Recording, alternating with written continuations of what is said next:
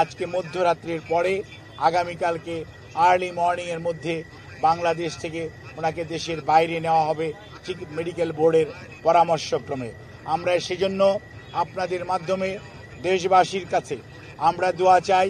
দেশ এবং দেশের বাইরে থেকে হাজারো মানুষ, লক্ষ লক্ষ মানুষের যে আকুতি, সেইটির প্রতি শ্রদ্ধা রেখে আমরা আবারও বলতে চাই, আপনারা অনেক দোয়া করেছেন, সেজন্য আমরা কৃতজ্ঞ।